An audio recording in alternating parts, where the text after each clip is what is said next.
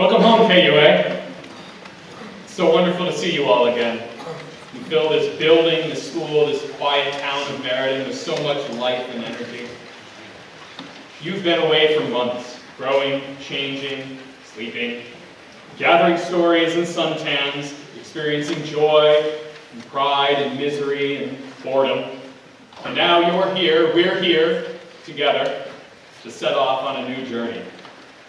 I love summer vacation, but I also love that when it ends, I return to be surrounded by the KUA community. Thank you all for being here. I've been asked to reflect on this year's theme, Inspire, and how it might guide us as a learning community. I don't make many speeches, but when set with a new challenge, I rely on my training as a scientist.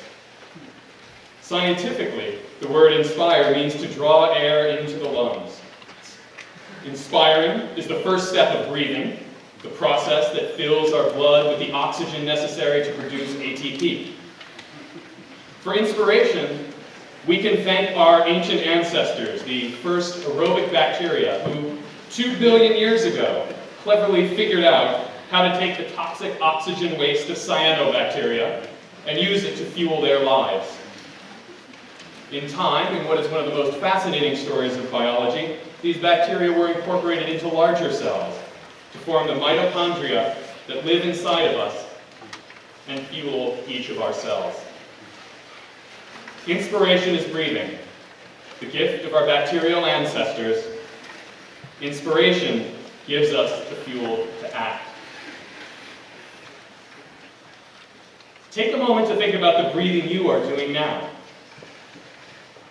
You're relaxed, sitting, so your inspiration is likely infrequent, maybe once every 5 or 6 seconds, and quite shallow, all up in the chest. If you happen to be next to somebody who is sleeping, you might notice that his or her inspiration is less frequent still, maybe every 15 to 20 seconds. This is completely normal for REM sleep and typical for all school meetings. Activity requires a different type of inspiration. When you are running, your breathing is more rapid and continuous and deeper. Please stand up and try this with me. Stand up. In for 2 seconds, out for 2 seconds.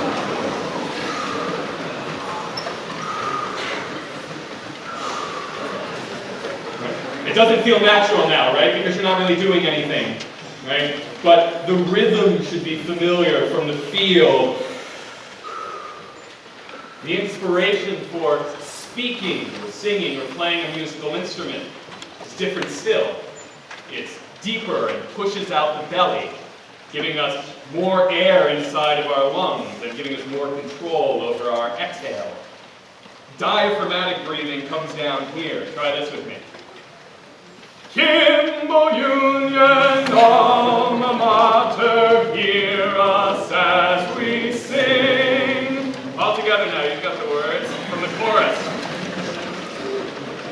Kimball Union alma mater, hear us as we sing. Good. That same deep inspiration is wonderful for great feats of athletic strength as well. Think about squatting, right? So,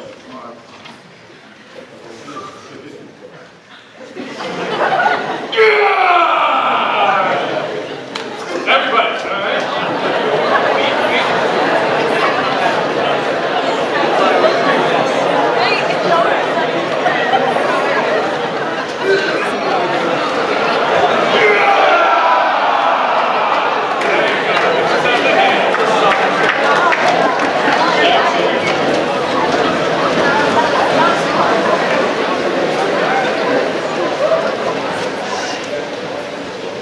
Inspiration is necessary for music and exercise.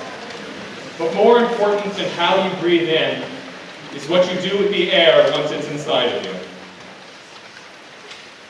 Long before the word inspire was appropriated by scientists to describe breathing, it was used more generally to describe the motivational spark that drives creativity. The Latin inspirare, or to fill with breath, is the origin for the French esprit and the English spirit. It is closely related to the Greek enthusiasm, meaning the possession of a man by a god. Biblically, inspiration, or God-breathed, describes how Scripture is written by man under the direct influence of God. To be inspired means that we can utter words so moving, discover truths so fundamental, create art so beautiful, and perform tasks so mighty that we must be impelled by a force outside of ourselves. To inspire, then, means to act through another person, to influence someone to do something that they never thought they could. Today, we find inspiration in many places: achievements, failures, historical figures and contemporary leaders, untouched wilderness, or the degraded human condition, popular music, great works of art, and posters of kittens. We can even inspire ourselves by turning obstacles, handicaps, and rejection into opportunities to prove ourselves resilient. Still, when I think of inspiration, the best examples come in the form of language, from the speeches, writings, stories, and presentations that demand we be more than ourselves, that we undertake great challenges, and that we work to shape a new world. I think of Dr. Martin Luther King, and of Margaret Thatcher, and Nelson Mandela. What I find particularly compelling about each of these inspirational figures is that, to the extent that they inspired and continue to inspire humanity, each in turn drew inspiration from historical figures. Martin Luther King drew from French, English, and American authors, in addition to the Bible, for his speeches. Margaret Thatcher was known to carry Winston Churchill's speeches in her handbag. And in prison, Nelson Mandela had a smuggled copy of the complete works of Shakespeare, where he signed his name to these lines from Julius Caesar: "Cowards may die many times before their death. The valiant never taste of death but once." Shakespeare inspired Mandela through 27 years of political imprisonment. Maybe you seniors can spend a little bit more time with Hamlet. These leaders are part of a great chain of inspiration that leads back hundreds of years and, through us, will continue for centuries to come. This chain grows as you experience the emotions, ponder the words, discover the truths, and learn the stories of the great men and women who came before us, and use these to fuel your own passion so that you may, in turn, serve as an example to others. I want to stress this second part. Without acting on your own passion, without struggling to bring your vision to reality, without risking failure, and without reaching for what seems beyond your grasp, inspiration is not much more than that warm feeling you get when you hear your national anthem played.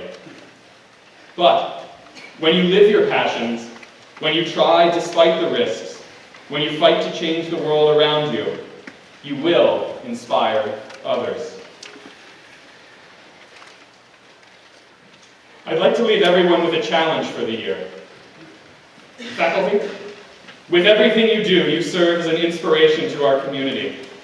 I challenge you, as I am challenging myself, to find more time and create new opportunities for our students to act on their passions so that they have the opportunity to inspire with their words and actions. Set them to new challenges, as Mr. Weidman did when he asked me to speak today.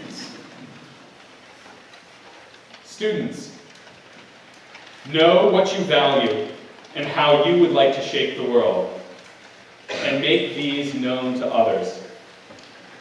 Be open to inspiration.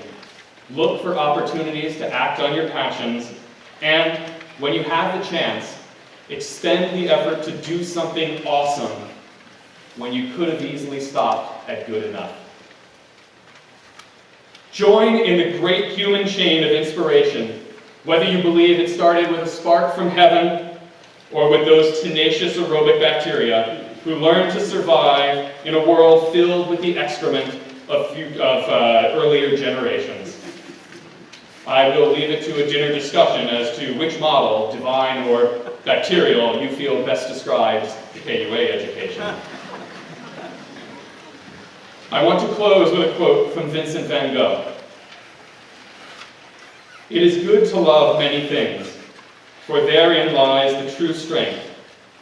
And whosoever loves much, performs much, and can accomplish much. And what is done in love is well done." KUA, may you inspire deeply and be deeply inspired. Thank you.